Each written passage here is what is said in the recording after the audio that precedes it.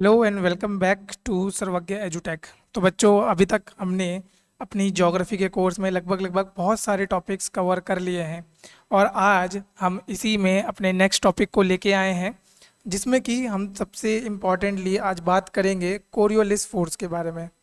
ठीक है। देखो, मैंने आज तक आपको नहीं बोला कि ये टॉपिक इंपॉर्टेंट है या इसको बहुत ज़रूरी वीडियो को देखो, बट आज मैं सही में आपको बोलना चाहूँगा कि ये टॉपिक लिटरली बहुत ज़्यादा इंपॉर्टेंट है। क्यों? क्योंकि इसमें से हर साल कम से कम अगर ज्योग्राफी के क्वेश्चन आते हैं तो सबसे ज़्यादा प्रोबेबिलिटी जो क्वेश्चन आने की होती है that is from this topic. अगर आप पी वाई क्यूज़ कर रहे होंगे तो आपको ऑलरेडी पता होगा कि कोरियोलिसिस फोर्स कितना ज़्यादा इंपॉर्टेंट टॉपिक है। तो बिना किसी देरी के हम लोग स्टार्ट करते हैं आज का टॉपिक। अच्छा, आज का टॉपिक स्टार्ट करने से पहले थोड़ा सा देख लेते हैं कि हम लोगों ने पिछली बार क्या किया था। लास्ट लेक्चर में हम लोगों ने क्या पढ़ा था। अगर आप लोगों को याद है तो वेल एंड गुड, और अगर नहीं याद है तो प्लीज़ उस वीडियो को जाकर ज़रूर देखें। ठीक है। तो लास्ट जो हमने टॉपिक करे थे दैट इज़, सबसे पहले हमने बात करी थी इन्वर्जन के बारे में, फिर वर्टिकल और हॉरिजॉन्टल डिस्ट्रीब्यूशन, टेम्परेचर वगैरह के बाद में बात करी थी, और इसी तरीके से हम अपने टॉपिक को लेके चले थे। उसके बाद जो हमने कल जो टॉपिक करा था that is regarding the pressure system.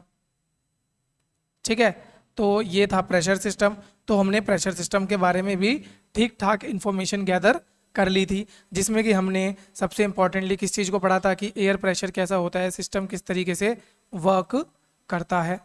तो आई होप आपको वो सब याद होगा। अगर वो सब याद नहीं है तो एक बार आप पुरानी वीडियो देख सकते हैं। आपको लिंक मिल जाएगा यहाँ पे आई के बटन पे, और वहाँ पर जाके आप देख सकते हैं। और सबसे इम्पॉर्टेंट चीज़, मेरा नाम अभिषेक पाल है। मैंने UPSC civil services prelims 2021 clear किया है और UPSC CDS and AFCAT various time clear किया है। तो चलते हैं अपने टॉपिक पे। आज का जो हमारा टॉपिक है दैट इज़ अबाउट कोरियोलिसिस। लेकिन डायरेक्टली कोरियोलिस फोर्स को पढ़ने से पहले हम थोड़ा सा विंड के मूवमेंट की बात कर लेते हैं। तो क्या क्या चीज़ है जिनकी वजह से हमारा विंड मूवमेंट अफेक्ट होता है। तो सबसे इंपॉर्टेंट चीज़ होती है कि जब हम हॉरिजॉन्टल मूवमेंट ऑफ एयर की बात करते हैं, हॉरिजॉन्टल मतलब for example this is your earth surface, और यहाँ पर कहीं इस तरीके से आपकी जो विंड है वो इधर को चल रही है। ठीक है बच्चों। तो इसको हम क्या बोलेंगे? इनको बोलेंगे हम विंड्स। तो the movement of air horizontally, इनको बोला जाता है विंड्स। और जो वर्टिकल मूवमेंट होता है एयर का, उनको क्या बोला जाएगा? करंट्स। ठीक है। तो एयर करंट्स उनको बोला जाता है। तो इतना आपको अच्छे से याद रखना है। अब नेक्स्ट देख लो एक बार। तो हॉरिजॉन्टली हम इस तरीके से काम करते हैं। यहाँ से इस वाले को बोला जाता है कि आपका लैंड ब्रीज, और सेम आपका दिन के टाइम पे क्या आती है आपकी तरफ को, इस तरीके से सी ब्रीज। तो आई होप आपको ये सब तो याद आ रहा होगा। नेक्स्ट देख लेते हैं हम इसमें। वर्टिकली जो मूव होता है ये हम कल पढ़ चुके थे। तो इस तरीके से वर्टिकली ऊपर की तरफ मूव होता है, और जहाँ पर ये वर्टिकली मूव होता है वहाँ पे क्लाउड फॉर्मेशन ज़रूर करेगा। ठीक है। और जहाँ पर भी आपका हाई प्रेशर रीजन होगा वहाँ पर आपका क्या बनेगा? वहाँ पर काम एंड स्टेबल। और कल ही हमने एक चीज़ के बारे में पढ़ा था that is your horse latitude. ठीक है। हॉर्स लैटिट्यूड के बारे में हमने पढ़ा था। तो बताओ जरा मेरे को ये हॉर्स लैटिट्यूड क्या होता है। ठीक है। तो आगे चलते हैं नेक्स्ट। इसमें हमें और क्या क्या देखना है। तो जो विंड होती है, देखो हमारी जो विंड होती है उस पर तीन चार चीज़ें एक साथ अफेक्ट करती हैं। सबसे पहली तो दैट इज़ योर प्रेशर। ठीक है। एक तो प्रेशर का इफेक्ट बहुत ज़्यादा रहता है। Next is your temperature, temperature बहुत ज़्यादा इफेक्ट करता है। नेक्स्ट मॉइस्चर, और साथ साथ last important cheese that is your transfer of heat. Clear. तो इन सब चीज़ों का असर पड़ता है। और विंड देखो और क्या करता है, एक तो असर इन सब का पड़ेगा। अब देखो किसी पॉइंट पे मान के चलो ज़्यादा प्रेशर हो गया, ठीक है, फॉर एग्जांपल प्रेशर हो गया 1080 बार। अब ये क्या करेगा, इस पॉइंट से आपके प्रेशर को दूसरी तरफ शिफ्ट कर देगा जहाँ पर आपका क्या होगा? लो प्रेशर होगा। ठीक है। अब देखो ये बैलेंस आउट कर देती है हमारी विंड इसी तरीके से, जैसे प्रेशर को बैलेंस आउट करते हुए देखा हमने, ये इसी तरीके से आपके टेम्परेचर को भी करेगी, मॉइस्चर को भी करेगी, और हीट को भी इसी तरीके से ट्रांसफर करती चलेगी। अब ये जो हीट वगैरह जो हमें मिल रही है ये कहाँ से मिल रही है? सन से मिल रही है। तो सन इज द अल्टीमेट सोर्स। अब देखो क्योंकि इन सब चीज़ों का इफेक्ट पड़ेगा तो यहाँ पर सन कहीं ना कहीं, सन का जो रोल हो जाता है वो बहुत इंपॉर्टेंट हो जाता है।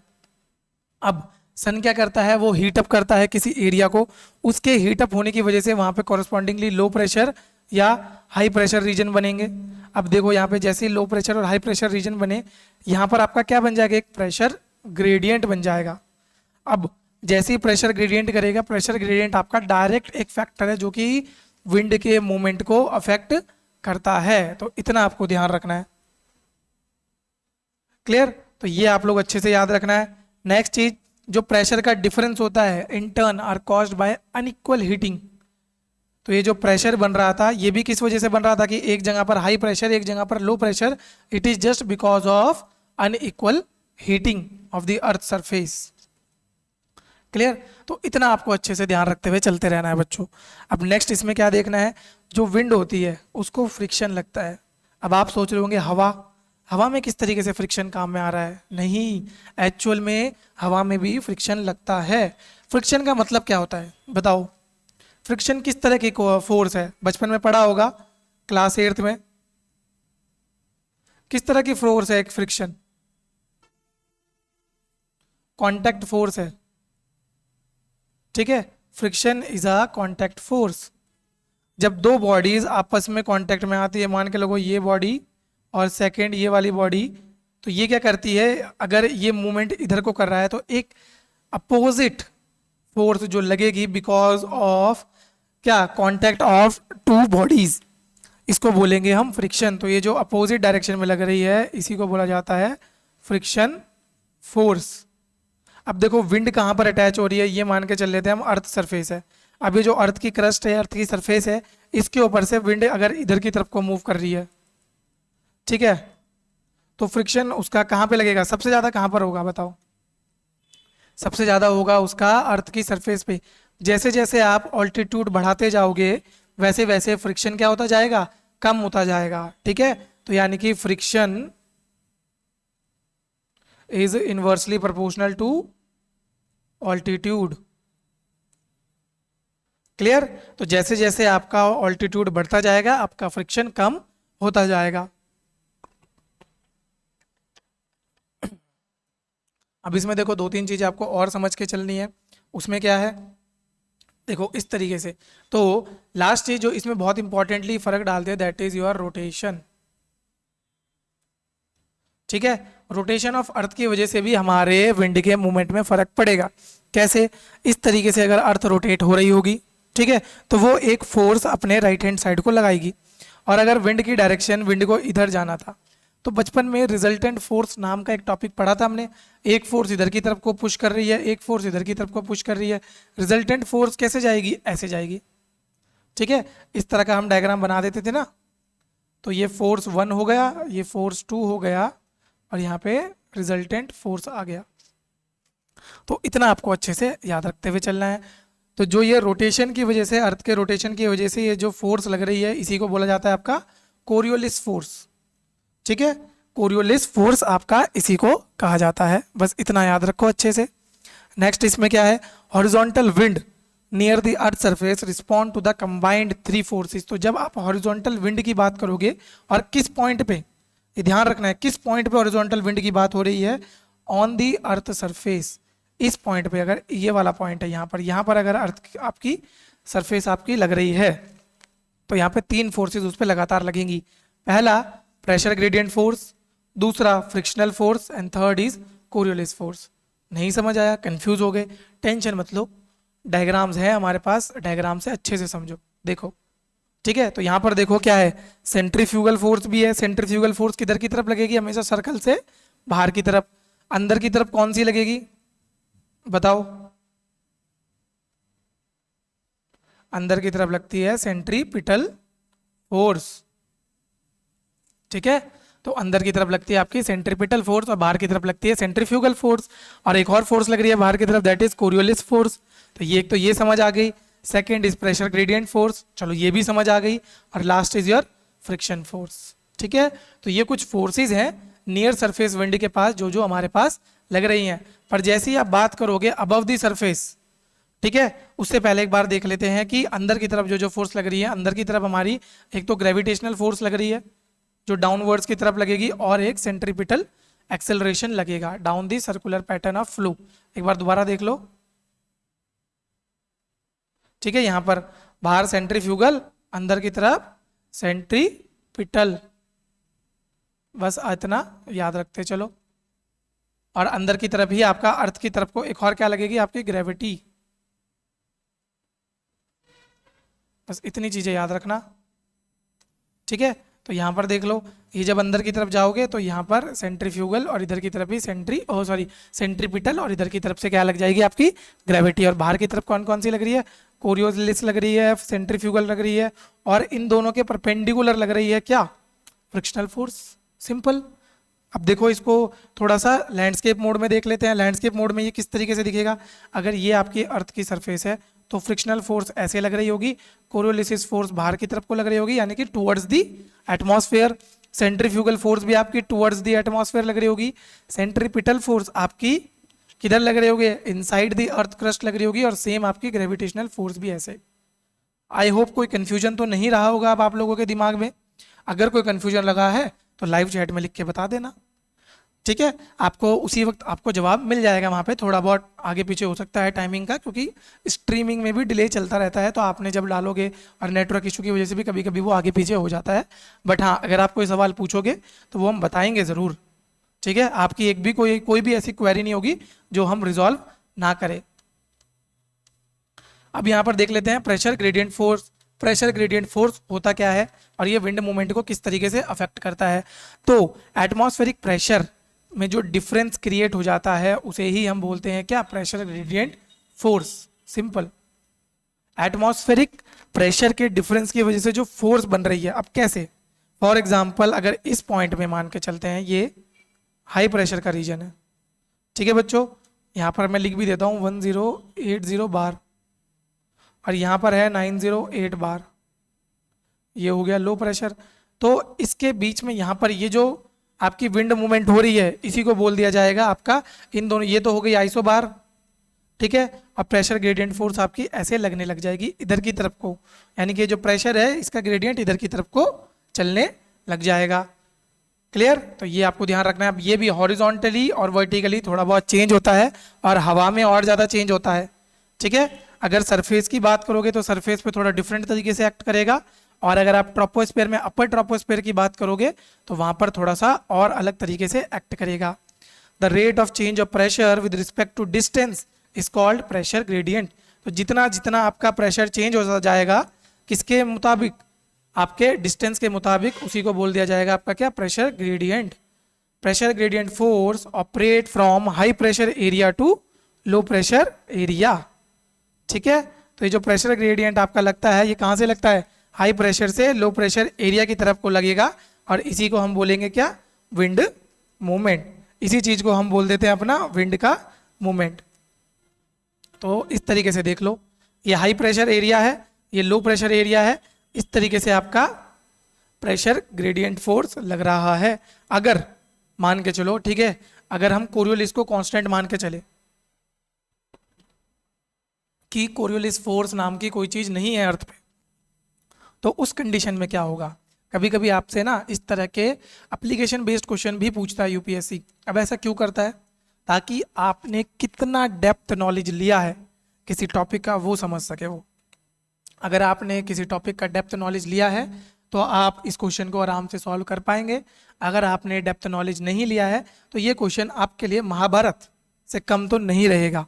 तो यहाँ देखो, अगर कोरियोलिसिस फोर्स नहीं होता तो जिस डायरेक्शन में प्रेशर ग्रेडियंट फोर्स है उसी डायरेक्शन में आपका क्या होती, विंड की मूवमेंट होती, ठीक है। विंड मूवमेंट होती उसी डायरेक्शन में आपकी। तो इतना ध्यान रखना है। पर क्योंकि यहाँ पे कोरियोलिस फोर्स और कोरियोलिस फोर्स किधर की तरफ को लग रहा है, इस कंडीशन में नीचे की तरफ लग रहा है, तो रिजल्टेंट पाथ आपका क्या हो गया, रिजल्टेंट पाथ आपका ये देखने को आपको मिल रहा है। तो इस तरीके से थोड़ा सा बेंड आ जाएगा आपकी हवा में। जो विंड होती है वो बहुत कम टाइम आपकी स्ट्रेट पाथ फॉलो करेगी, वो उसी कंडीशन में स्ट्रेट पाथ फॉलो करेगी जब कोई ना कोई फैक्टर हम कांस्टेंट लेके चले, अदरवाइज वो हमेशा थोड़ा सा बेंडिंग नेचर शो करेगी ही करेगी, ठीक है। नेक्स्ट इसमें देख लेते हैं हम, the pressure gradient is strong where the isobars. Last time पढ़ा था कि नहीं पढ़ा था आइसोबार्स। इमेजिनरी पॉइंट्स या imaginary lines which connect areas which having similar pressure. ठीक है, वो इमेजिनरी लाइन जो कि कनेक्ट करेगी उन पॉइंट्स को जहाँ पर प्रेशर बिल्कुल सिमिलर है। तो प्रेशर ग्रेडियंट सबसे ज़्यादा कहाँ पर होगा? जहाँ पे आइसोबार क्लोज होंगे। और सबसे ज़्यादा वीक कहाँ होगा? जहाँ पर आइसोबार बहुत दूर दूर होंगे। ठीक है, तो इतना ध्यान रखना है आपको। Since a closely spaced gradient implies a steep pressure change, it is also indicate a strong wind speed। क्योंकि जितना ज़्यादा प्रेशर का डिफरेंस होगा, यहाँ समझो, अब मैं बता देता हूँ, 1080 बार और यहाँ पे 908, और सेम कंडीशन 1080 बार ही है यहाँ पे 980 बार। और आपको बोल दिया जाए किस डायरेक्शन में विंड की स्पीड ज़्यादा होगी, तो जहाँ पर प्रेशर ग्रेडियंट ज़्यादा होगा यानी कि चेंज इन प्रेशर ज़्यादा होगा, वहाँ विंड की स्पीड भी ज़्यादा होगी। तो इधर की तरफ विंड की स्पीड ऑटोमेटिकली ज़्यादा होगी in comparison to this direction. Clear? ये क्लियर रहेगा। तो यहाँ आप देख सकते हैं हाई प्रेशर से हमेशा लो प्रेशर की तरफ चलेंगे हम, और जहाँ जहाँ पर क्लोज होगा वहाँ पर विंड स्पीड उतना ही ज़्यादा तेज होगी। ठीक है, तो नेक्स्ट देख लेते हैं। The wind direction follows the direction of change of pressure in essence perpendicular to isobars. अब देखो यहाँ पर ये आपके आइसोबार्स हैं। ठीक है, ये आपका आइसोबार है, ये भी आपका आइसोबार है। अब प्रेशर ग्रेडियंट कैसा बन रहा है? ऐसे बन रहा है। पॉइंट समझ आया? प्रेशर ग्रेडियंट ऐसे बन रहा है, इधर की तरफ को बन रहा है, यानी कि इस डायरेक्शन में बन रहा है।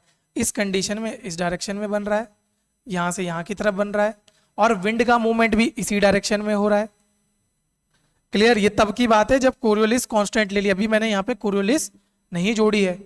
ठीक है, तो यहाँ पर कोरियोलिस कांस्टेंट है, तो प्रेशर ग्रेडियंट जिधर को बनेगा उधर ही विंड की मूवमेंट होनी चाहिए। अब इससे हम क्या रेफरेंस निकाल सकते हैं? बताओ क्या रेफरेंस निकला? कि जो हमारा विंड मूवमेंट है या फिर जो हमारा प्रेशर ग्रेडियंट है, ये हमेशा क्या होंगे? Wind movement and pressure gradient is always perpendicular to isobar. Perpendicular तो पता होगा, a line which forms a right degree angle या 90 degree angle on another line, उसे बोल देंगे परपेंडिकुलर। यहाँ पे 90 डिग्री का एंगल बनेगा, सिंपल। तो ये आइसोबार है और विंड की मूवमेंट ऐसे होगी, तो ये बन गया नहीं बन गया 90 डिग्री? बना कि नहीं बना? बताओ, बन गया ना? ठीक है, चलो तो यहाँ पर भी देख लो एक बार, ये आइसोबार है, ये भी आइसोबार है, इधर की तरफ को चलेगा, बन गया 90 डिग्री। तो इसको ध्यान रखना है आपको। तो ये देख सकते हैं आप। ठीक है, ये देखो इस तरीके से यहाँ से इधर की तरफ को आपका प्रेशर कम होता जा रहा है, तो प्रेशर ग्रेडियंट फोर्स इधर को लग रही है, कोरियोलिस फोर्स इधर को लग रही है, इस कंडीशन में यहाँ पर लग रही है। अगर हम इस कंडीशन को चेंज करें, देखो ये भी प्रेशर ग्रेडियंट फोर्स भी कंडीशन के हिसाब से चेंज होता रहेगा। ठीक है, कंडीशंस के हिसाब से चेंज होता रहेगा। तो ऐसा नहीं कि अगर यहाँ पर प्रेशर ग्रेडियंट फोर्स ऊपर लग रहा है तो किसी किसी पॉइंट पे प्रेशर ग्रेडियंट फोर्स इधर को भी लग सकता है। सिंपल, ऐसा कोई दिक्कत वाली बात नहीं है। तो यहाँ देख सकते हो आप। ठीक है, ये आइसोबार्स वाली लाइन है, प्रेशर ग्रेडियंट फोर्स और कोरियोलिसिस फोर्स। अब देखो, सॉरी, सेंट्रीपिटल फोर्स, ये रहा प्रेशर ग्रेडियंट फोर्स, ये नीचे आपकी विंड की डायरेक्शन। तो यहाँ पर हम क्या रेफरेंस निकाल रहे हैं? अगर ये कंडीशन लेके चले हम, तो इस तरीके से आइसोबार, प्रेशर ग्रेडियंट फोर्स और विंड का मूवमेंट किधर हो रहा है? बताओ, विंड का मूवमेंट किधर हो पा रहा है आपका? विंड का मूवमेंट इधर को हो रहा है इस कंडीशन में, क्योंकि यहाँ पे कोरियोलिस को हमने प्ले में ला दिया। अगर कोरियोलिस ना लाए तो ये सीधा का सीधा जाएगी विंड आपकी। आई होप बस इतना सा आप समझ पा रहे होंगे, पॉइंट वाइज आप इसको रिलेट कर पा रहे होंगे। एक बार दोबारा समझ लो यहाँ पे। ठीक है, तो कोरियोलिस फोर्स थी इसलिए उसकी डायरेक्शन इधर को मुड़ गई। ठीक है, तो Coriolis force, rotation of earth about it axis affect the direction of wind is known as Coriolis force. Simple, rotation होने की वजह से अर्थ के वो जो डायरेक्शन ऑफ विंड्स में चेंज आता है उसको बोलते हैं हम कोरियोलिस फोर्स। बस इतना आपको ध्यान रखना है। ठीक है, तो यहाँ पर देख सकते हो आप, ये 0 डिग्री आपका लैटिट्यूड है, ये भी 0 डिग्री है, मतलब इन दोनों को हमने प्रॉपर दिखाया, एक पोर्ट्रेट मोड एक लैंडस्केप मोड। अब यहाँ पर देखो इस तरीके से, अभी नॉन रोटेटिंग अर्थ है, जब अर्थ रोटेट करना स्टार्ट कर जाएगी, देखो अगर अर्थ बिल्कुल स्टेशनरी होती तो आप सीधा सीधा ऐसे ट्रेवल करते, यहाँ पर सीधा सीधा। अभी आगे मैंने पूरी वीडियो डाली है, टेंशन मत लेना, अच्छे से समझ आएगा ये टॉपिक आज, ठीक है। आज ये टॉपिक आपको इतना क्रिस्टल क्लियर कर देंगे कि आपको आज के बाद कोई और आपको रेफरेंस लेने की जरूरत नहीं पड़ेगी। कोई भी टॉपिक या कोई भी क्वेश्चन आ जाए आपका कोरियोलिस फोर्स से रिलेटेड, आप उसको सॉल्व कर पाओगे। बस what we need is your interaction and your focus. Interact करो और फोकस बना के रखो, ये दो चीज करोगे आपका टॉपिक क्रिस्टल क्लियर होगा, ठीक है। तो यहां पर ध्यान रखना है, अगर तो यहां पर डायरेक्टली स्ट्रेट पाथ में ट्रेवल करेगी आपकी विंड, पर अब मान के चलो अर्थ इधर की तरफ को घूमने लग गई, जैसे ही अर्थ इधर को घूमेगी थोड़ा बहुत इस पे फ्रिक्शन भी लगेगा, सब चीज लगेंगी, और यहां पर देखो ये इसमें बेंड आना स्टार्ट हो जाएगा, देख रहे हो। तो यानी कि इधर पे जाना था इसे, अब समझो यहाँ पे ऐसे देखो, डायरेक्शन ऑफ विंड ऐसी होनी थी, इधर को हमने क्या लगानी स्टार्ट कर दी, कोरियोलिस फोर्स, क्योंकि अर्थ किधर को घूमनी स्टार्ट हुई, ऐसे, ठीक है, इसके मुकाबले ऐसे। समझ आया कि नहीं आया आपको। तो जब ये इस पॉइंट की बात कर रहा हूं मैं, इस पॉइंट को देखो यहाँ पे जूम करके, एक नीचे लगनी थी एक इधर लगनी थी, Coriolis force wind, resultant wind आपकी ऐसे जाएगी, ठीक है। समझ आया, रिजल्टेंट विंड आपकी किस तरीके से चलेगी, इस तरीके से आपकी ट्रेवल करना स्टार्ट कर जाएगी। आई होप ये डायग्राम देख देख के आप याद कर पा रहे होंगे। कोई कंफ्यूजन आ रहा हो तो पूछ लिया करो बच्चों, पूछने में कुछ नहीं जाता, ठीक है। टाटा स्काई भी यही बोलता है कि पूछने में कुछ नहीं जाता, तो आप भी पूछो। तो due to earth rotation, earth के रोटेशन होने की वजह से wind do not cross the isobar at right angle, जो हम बोल रहे थे कि आइसोबार से बिल्कुल राइट एंगल पे होगा प्रेशर ग्रेडियंट, और अगर कोरियोलिस ना हो तो वो राइट एंगल पे जाएगा। तो कोरियोलिस है, इस वजह से ये कभी भी राइट एंगल नहीं बना पाएगी, क्योंकि ये हमेशा बेंड कर देगी। Clear, the pressure gradient force direct but get deflected from the original path. Simple, original path से डिफ्लेक्ट हो जाएगा, जो हमने पहले देखा, ये था राइट एंगल बनाना था इस तरीके से, ये डिफ्लेक्ट हो गया। अब देख लो कहाँ बना right angle. The deviation is a result of earth rotation and is called Coriolis effect. ये जो डेविएशन हुआ है इसी को बोला जाता है आपका क्या, कोरियोलिस इफेक्ट। मोस्ट इंपॉर्टेंट चीज है बच्चों ये कोरियोलिस इफेक्ट आप लोगों के लिए। यहां पर समझो, due to this effect wind in northern hemisphere get deflected to the right of their path, यानी कि राइट डायरेक्शन है। आप समझेंगे कैसे, मैं बना के दिखा देता हूँ एक बार आपको, वैसे डायग्राम है बट फिर भी अपने एंड से आपको जितना समझाने की कोशिश कर सकते हैं उतना करेंगे।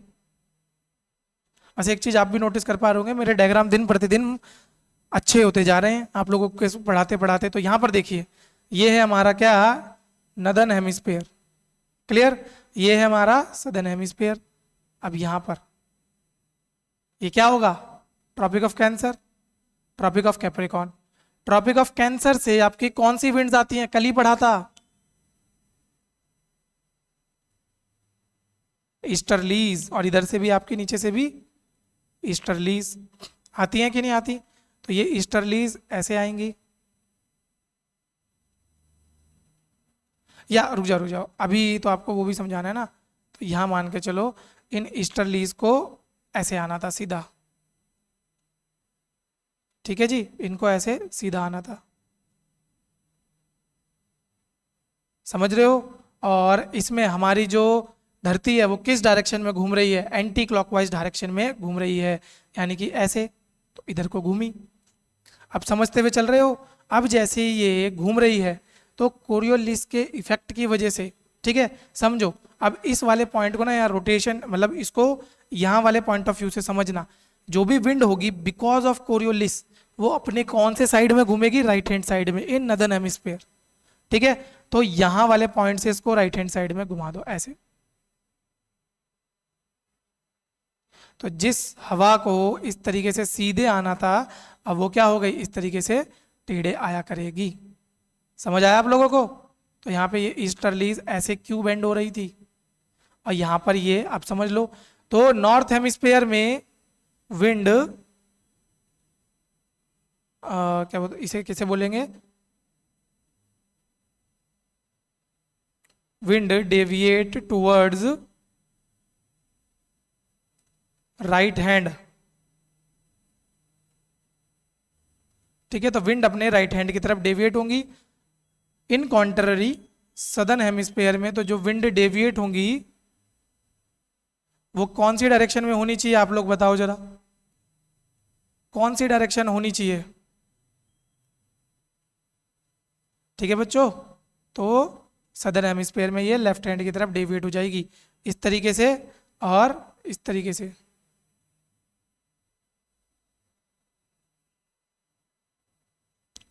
समझ आया या नहीं आया? अब सेम चीज यहाँ पर देखो, यहाँ पर वेस्टर्लीज होती हैं, ठीक है, वेस्टर्लीज होती हैं, तो ये कैसे डायरेक्ट डेविएट हो जाएंगी, इस तरीके से, देखो अपने राइट हैंड पे ही हो रही हैं। और यहाँ पर जो होंगी वो किस डायरेक्शन में होनी चाहिए, अपने लेफ्ट हैंड पे हो रही है। क्लियर? तो इतना आप लोगों को ध्यान रखते हुए चलना है। तो ये क्यों हो रही है डेविएशन वगैरह, या ये किस तरीके से, तो ये फॉलो करती है क्या, Ferrel's law, the law that wind is deflected to the right in the northern hemisphere and to the left in the southern hemisphere derived from the application of Coriolis effect. ठीक है, तो ये आप लोगों को ध्यान रखते हुए चलना है। नेक्स्ट इंपॉर्टेंट पॉइंट, और इसको एक बार दोबारा देख लेते हैं हम डायग्राम के हिसाब से। तो यहाँ आपको समझ आ रहा होगा, अगर इधर ट्रेवल करेगी तो ऐसे, इधर से ऐसे, समझ आ रहा है आपको? तो क्योंकि यहाँ पर हमारी जो ईस्टर्लीज थी उनको ऐसे ट्रैवल करना था, तो ये इधर को ट्रैवल हो गई। जो हमारी वेस्टर्लीज थी उनको ऐसे ट्रैवल करना था, तो वो इस तरीके से। अब ये ऐसे ट्रैवल क्यों करेंगी, कल वाला लेक्चर लिंक करना पड़ेगा अब यहाँ पर। तो यहाँ पर कन्वेक्शन साइकिल ऐसे बन रही थी बच्चों, ऐसे, तो यहाँ से ऊपर उठ रही थी, इधर जा रही थी, इधर आ रही थी, और जब ये नीचे की तरफ आएगी तो इधर कोई तो घूमेगी, घूमेगी कि नहीं घूमेगी? सेम यहाँ पर ये अपोजिट क्यों बन रहा था भैया, ये अपोजिट यहाँ पर ऐसे ऐसे और ऐसे। अब ये जब ऐसे आ रही थी तो यहाँ से ये लेफ्ट हैंड साइड की तरफ डाइवर्ट हो गई, ये देखो यहाँ पे इधर जाना था पर इधर डाइवर्ट हो गई। तो आई होप अब आपको समझ आ गया होगा कि वहां पर वो क्यों इस तरीके से डेविएशन दिखा रहा था। सिंपल, समझ आया? तो जिधर से उसका ओरिजिन होना स्टार्ट हुआ था, अगर उसको ऐसे चलना था तो वो नदन में तो राइट में जाएगी और सदन में होगा तो लेफ्ट में जाएगी। सिंपल, क्रिस्टल क्लियर हुआ कि नहीं हुआ? चलो, तो और इस तरीके से देख लो आप एक बार को। ठीक है, स्टार्टिंग डायरेक्शन ऐसे थी पर हो गई ऐसे, स्टार्टिंग डायरेक्शन ये थी, ये हो गई, ऐसे जाना था तो ऐसे चले। सिंपल। आई थिंक 2 डायग्राम आपके लिए मोर देन एनफ है समझने के लिए कोरियोलिस फोर्स के बारे में। The deflection force does not seems to exist until the air is in motion। यानी कि अब इस बात को समझो, कोरियोलिस फोर्स है जो आपकी, ये कोरियोलिस फोर्स कैन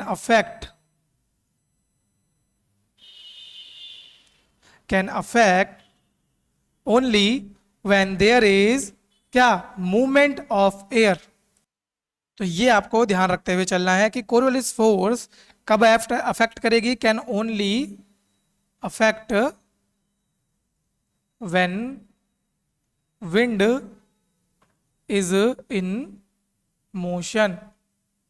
ठीक है बच्चों, तो जब विंड मोशन में होगी सिर्फ उस समय आपका कोरियोलिस लग पाएगा, उसके अलावा कोरियोलिस फोर्स नहीं लग सकती।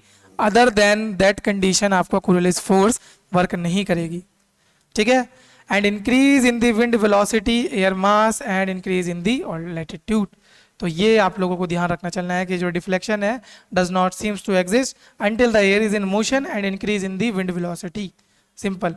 Coriolis force act perpendicular the pressure gradient. अब यहाँ पर समझ लो, ठीक है, तीनों चीज समझते हैं। मान के चलो ये आइसो बार है हमारे, ये परपेंडिकुलर होगी किसके, आइसो बार से परपेंडिकुलर होगा क्या, प्रेशर ग्रेडियंट 4, और प्रेशर ग्रेडियंट फोर्स के परपेंडिकुलर होगा क्या आपका, इस डायरेक्शन में भी हो सकता है और इस डायरेक्शन में भी हो सकता है क्या, Coriolis force.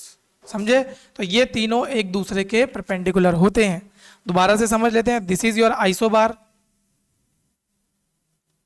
This is your pressure gradient, और यहाँ पर ये आपका हो गई क्या, कोरियोलिस फोर्स। अब ये दोनों तरफ को हो सकता है, इस मैप को आप जिस तरीके से चलाना चाहोगे। ठीक है, तो यहाँ पर आप देख लो एक बार, तो ये रही कोरियोलिस फोर्स, ये रहे आपके आइसोबार्स, ये जो लाइंस है ये आइसोबार्स को डिनोट कर रही हैं, ये आपका प्रेशर ग्रेडियंट फोर्स है। ठीक है, हमने अब तक जितने भी डायग्राम देखे उनमें ये देखा है कि प्रेशर ग्रेडियंट फोर्स के जस्ट अपोजिट लग रही है क्या, आपकी कोरियोलिस फोर्स। ठीक है, पर अगर यहाँ पर हाई प्रेशर से लो प्रेशर की तरफ जा रहे हो हम, जैसे यहाँ तो ये हाई प्रेशर नीचे है, लो प्रेशर ऊपर है, अगर मान के चलो कंडीशन चेंज हो जाए, ऊपर हाई प्रेशर और नीचे लो प्रेशर हो, तो तब आपका प्रेशर ग्रेडियंट फोर्स भी उधर को ही बनेगा जिधर आपका कोरियोलिस फोर्स होगा, सिंपल। ठीक है, as a result of these two forces operating perpendicular to each other in low pressure areas the wind blows around it. और ये किस तरह की कंडीशंस बनाएगी, साइक्लोनिक कंडीशंस। कैसे, तो इस तरीके से आपका साइक्लोन बनना स्टार्ट हो जाएगा। ठीक है, अब देख लेते हैं किस तरीके से बनेगा साइक्लोन या नहीं, उसको देखेंगे। उससे पहले हम पढ़ लेते हैं क्या, फ्रिक्शनल फोर्स के बारे में, और फ्रिक्शनल फोर्स की वजह से विंड मूवमेंट में हमारे क्या इफेक्ट पड़ रहा है। अब देखो फ्रिक्शन क्या होता है, अभी बता चुका हूँ, कांटेक्ट फोर्स होती है एक तरीके की, दो बॉडी जब कांटेक्ट में आएगी तब ही ये फोर्स आपकी लग पाएगी। सिंपल, ये कॉन्सेप्ट तो क्लियर हो गया होगा। अब देख लेते हैं विंड पे किस तरीके से, और सबसे ज्यादा कहाँ पर लगेगा, ये अर्थ की क्रस्ट पे सबसे ज्यादा फ्रिक्शन लगेगी। फिर जैसे जैसे आप ऑल्टीट्यूड बढ़ाते हुए चले जाओगे, जो फ्रिक्शनल फोर्स है आपकी विंड के ऊपर, वो धीरे धीरे धीरे धीरे धीरे कम होती चली जाएगी। आई होप इतना कॉन्सेप्ट लगा पा रहे होंगे, थोड़ा बहुत ना इमेजिन करते हुए चलो। ठीक है, तो ध्यान रखना है आपको ये। अब irregularities of earth surface offer resistance to the wind movement in form of friction। देख लेते हैं किस तरीके से। तो यहाँ देखो, अगर यहाँ पर कोई भी चीज बन गई, फॉर एग्जांपल यहाँ पर बड़ी बड़ी बिल्डिंग्स बन गई, मान के चलो लो। ठीक है, अब थोड़ा ठीक है इस तरीके से बना लो, तो यहाँ पर क्या होगा, ये जो हवा आएगी ये इस पर टकराएगी और घूम जाएगी। और फ्रिक्शन का मतलब तो यही होता है कि किसी भी चीज में क्या, रेजिस्टेंस शो करना, उसके मूवमेंट को रोकना।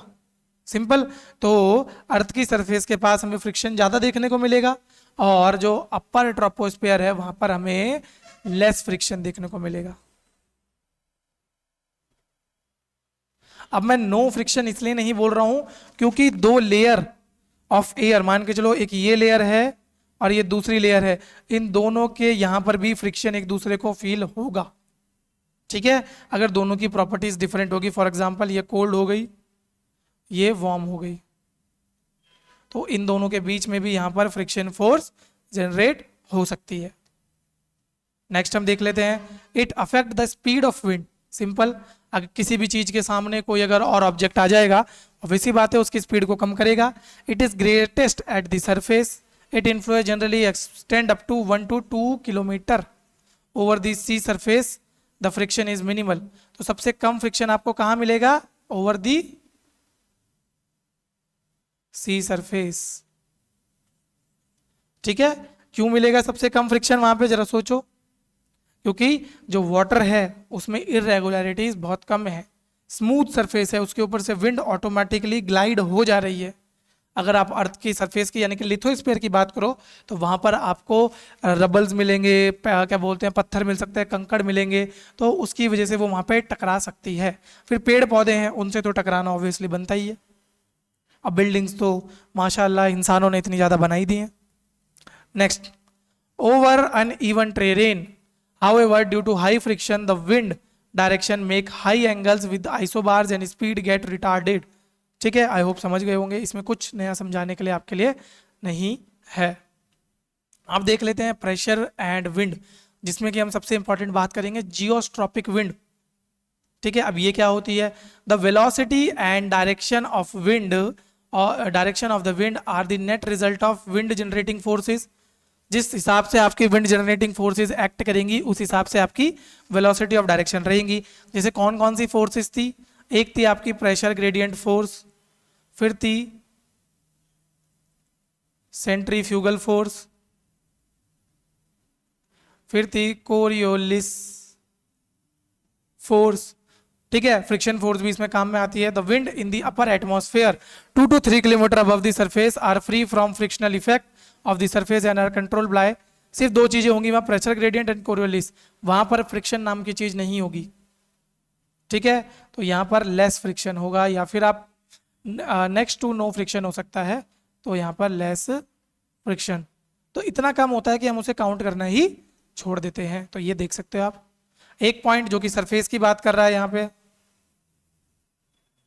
और एक पॉइंट जो अबव सरफेस की बात कर रहा है। तो यहाँ पर आपको कहीं पे देखो, इधर पे आपको ये फ्रिक्शन देखने को मिल रहा होगा इस तरीके से, ये दिख रहा है ये वाला फ्रिक्शन वाला पॉइंट, हाईलाइट कर देता हूं जरा। ठीक है, यहां पर कहीं देखने को मिला आपको फ्रिक्शन? No friction. क्यों नहीं है फ्रिक्शन यहां पर? क्योंकि अबव द सरफेस है ना भैया, समझ रहे हो? तो अबव द सरफेस होने की वजह से no friction. When isobars are straight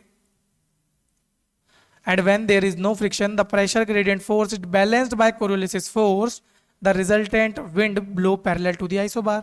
simple, हमने जो बात करी थी तीनों चीज पैरेलल होती हो, क्या बोलते परपेंडिकुलर होती थी, आइसोबार, फिर ये आपकी क्या हो गया पीजीएफ प्रेशर ग्रेडियंट फोर्स, और इसी के परपेंडिकुलर आपकी कैसी हुआ करती थी यहां पर कोरियोलिस फोर्स।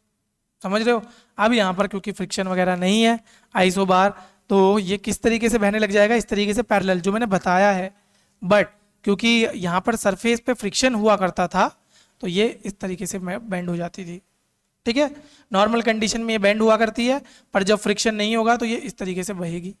सिंपल, ये क्या हो जाएगी, आइसोबार के पैरेलली बहना स्टार्ट कर देगी, और उसी को हम जियोस्ट्रॉपिक विंड बोलेंगे।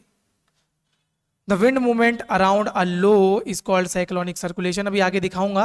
Around a high is called anti cyclonic. तो जहां पर भी लो प्रेशर एरिया होगा, वहां पर आपका जो विंड का मूवमेंट होगा उसे बोलेंगे क्या हम, साइक्लोनिक सर्कुलेशन। अच्छा, इसमें भी अभी एक कैच है, वो मैं बताता हूं। ठीक है, तो चलो आगे पे ही पढ़ते हैं, पहले ये देख लो साइक्लोनिक सर्कुलेशन क्या। यहां पर आके आपका इस तरीके से घूमने लग जाएगी विंड, समझ रहे हो, इस तरीके से।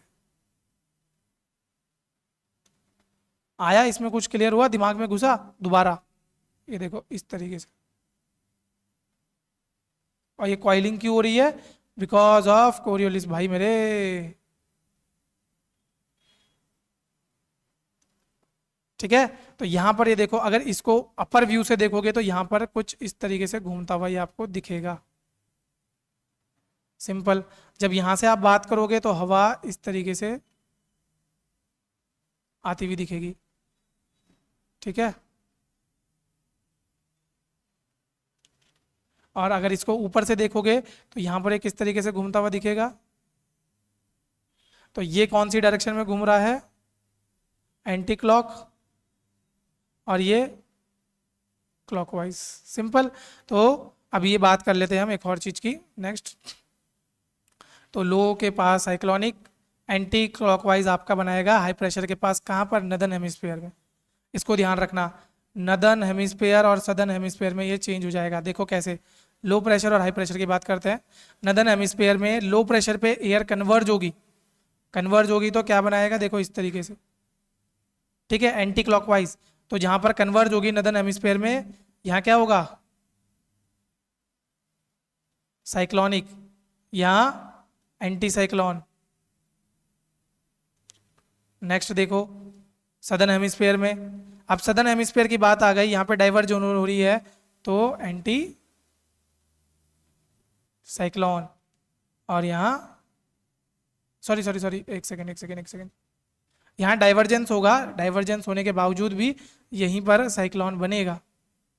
ठीक है, तो इसको ध्यान रख लेना है आपको। एक बार देख लेते हैं इस वाले पॉइंट को। अच्छा, इस वाले पॉइंट को दोबारा से देखते हैं चलो। तो लो प्रेशर एरिया, यहाँ पर साइक्लोन बनेगा, यहाँ पर भी, यहाँ पर एंटी साइक्लोन बनेगा। ये लो प्रेशर एरिया सदर्न हेमिस्फीयर में डाइवर्जेंस होके उतरेगी, तो किस तरीके से उतरेगी, इस तरीके से उतरेगी। एक बार देख लेते हैं ऐसे, तो ये बाहर की तरफ को फैलेगी, डाइवर्ज हो रही है, हाँ, तो एंटी साइक्लोन। देखो इतना इंपॉर्टेंट है और इतना कंफ्यूजिंग है कि मैं खुद कंफ्यूज हो गया। ठीक है, बट आप लोग नहीं होना, अब मैंने सही करके बता दिया। यहाँ कन्वर्जेंस में क्या बनेगा, साइक्लोन, बस सिंपल। हाँ बस थोड़ा सा इसको ना 2-3 बार आपको रिवाइज करना पड़ेगा, क्योंकि एक ही बारी में पढ़ोगे तो कंफ्यूज हो सकते हो। क्लियर? और बहुत दिनों बाद पढ़ोगे, जैसे मैंने बहुत दिनों बाद इस टॉपिक को उठाया तो मैं भी कंफ्यूज हो ही रहा हूँ थोड़ा बहुत। Important facts about Coriolis effect. Coriolis effect क्या होता है? डिफेक्शन करता है, डिफ्लेक्शन कर देता है ऑब्जेक्ट्स पे, such as aeroplane, wind, missile, sniper gun, bullet, इन सब चीज़ों में। ठीक है, तो किस तरीके से वो करता है ये हम देख लेते हैं। Its strength is proportional to the speed of earth rotation at different latitude but it has an impact on moving object. किस तरीके से? देखो यहाँ पर अगर किसी चीज़ को ऐसे स्ट्रेट जाना था, कोरियोलिस लगने की वजह से वो ऐसे घूम जाएगी। ठीक है, एक बार इसको ढंग से पढ़ो। मैं आप लोगों को एक और चीज़ दिखाता हूँ। अभी यहाँ पर एक वीडियो है, मैं वीडियो चला के आपको दिखा देता हूँ।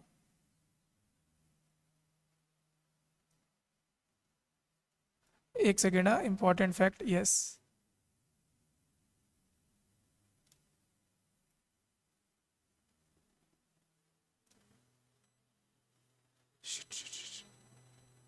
एक सेकेंड, तो यहाँ पर ये आपको ध्यान रखना है।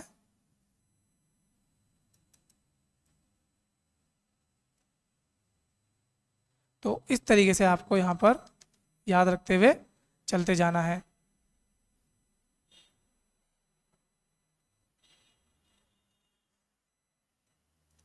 ओके, तो ये थी वो वीडियो। आई थिंक पीपीटी को कुछ बीच में अटक गई थी, तो कोई बात नहीं। तो इस तरीके से देखो, इसका जो नेचुरल पाथ था वो ऐसे होना था। ठीक है, देख रहे हो स्ट्रेट पाथ, बट ये घूम किस तरीके से रही है? इसका जो ओरिजिनल पार्ट आपको देखने को मिलेगा वो इस तरीके से दिखेगा। जो ये रेड वाला एरिया है यहाँ पर, ये देख पा रहे हो, ये जो रेड वाला पाथ है ना यहाँ पर, ये क्रिएट हो रहा है, ये है आपका ओरिजिनल पाथ जो कि बनना चाहिए आगे जाके। क्लियर? तो ये आप लोगों को ध्यान रखते हुए चलना है इसमें। इसकी जो स्ट्रेंथ होती है, it is proportional to the speed of earth rotation at different latitude but it has an impact on moving object across the globe. तो जैसे जैसे आप ग्लोब के थ्रू चलते जाओगे तो डिफरेंट डिफरेंट चीज़ों पे कोरियोलिस का डिफरेंट इफेक्ट होगा। The apparent portion of Coriolis effect definition is also important. तो यहाँ पर देखो होगा क्या है, इसका मतलब होगा क्या कि the earth can be seen rotating slowly below it from the earth surface. यानी कि मान के चलो अगर एक एरोप्लेन है, उसमें बैठ के आप एटमॉस्फेयर से थोड़ा सा ऊपर आ गए, यहाँ यहाँ पर आप बैठे हुए हो, ठीक है, तो आपको अर्थ रोटेट होती हुई यहाँ पर दिखेगी।